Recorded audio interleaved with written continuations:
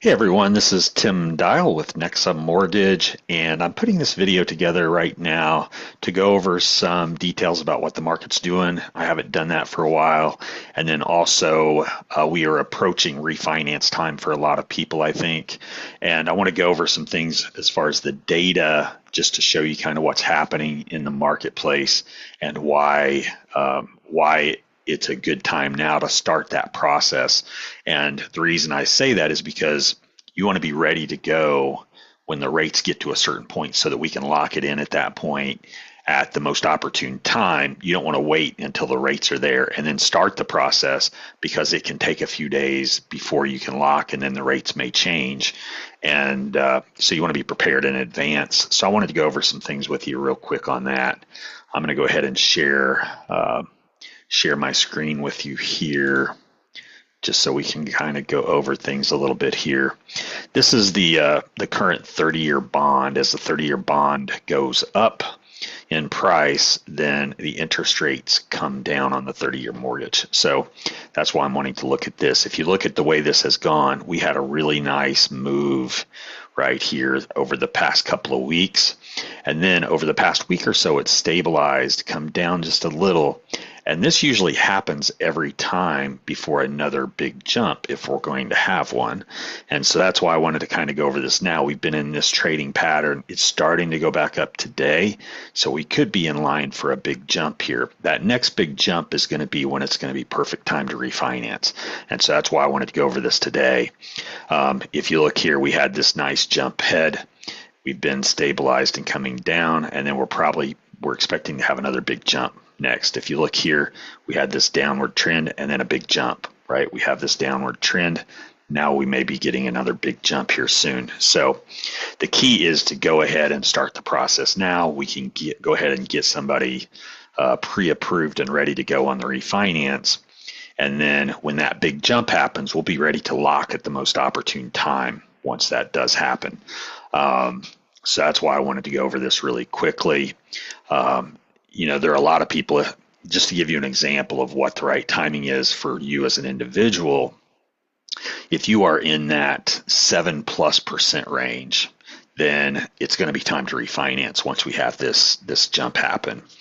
And if you are in that situation where you use down payment assistance, a lot of times down payment assistance even got higher rates, like high sevens, 7.75 or something like that. And so, chances are we're going to be able to drop your rate by 1.5%. Additionally, you have a second mortgage. Your second mortgage is probably in the 9 to 10% range. And we can combine the two mortgages and get that second mortgage paid off. So those are kind of critical options there. Another thing too is if you have an FHA loan and you did not use down payment assistance, then we might be able to do what's called a streamline refinance. It's not right for everybody, but I just did a streamline refinance for a customer. When we do a streamline refinance, we do them at razor thin margins to make it the best possible for that customer. So we don't make much money on them, and that's fine, but it's good for the customer because there's no appraisal, there's very little documentation.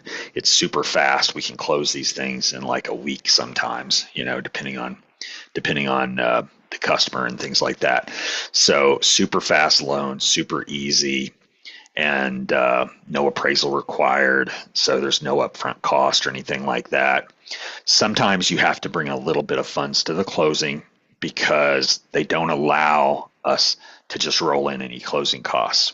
Some of it we can, but not all of it. And so it just depends on a lot of factors as far as that goes, but we try to minimize the amount out of pocket. The other thing too is if you close, like just to give you an example, let's say we started the process for somebody right now and we close the first day of April, they're going to roll in about 2 months worth of interest into that loan. And that's part of the reason why you have to bring a little bit of money to closing, but you won't have to pay your first mortgage for 2 months, right? So you can still end up with a lot less out of pocket over a 2-month period of time, because just to give you an example, if we closed in April let's say we closed April the 2nd or April the 3rd, they're going to roll in interest into that loan, but you're not going to have to make your first payment until the beginning of May. So you'll have like, or not, I'm sorry, until the beginning of June. If you close early April, you won't have to make your first payment until June, and they usually give you a grace period. So really by June 15th, you make your first payment. So you have about 2 months there where you're not making a payment. And so if you have to bring a little bit to the closing, but then you have 2 months worth of not making payments, you still end up with less money out of pocket. So over that 2 month period of time. So I always like to cover that with people as well. But it's really getting to the point now to where people who it makes sense to refinance, we should go ahead and start the pre-approval process now so that when this next jump happens, we're going to be ready to go. And so I wanted to cover that real quick. If you have any questions, let me know. And I'm here to help. Thanks a lot. Have a great rest of your day.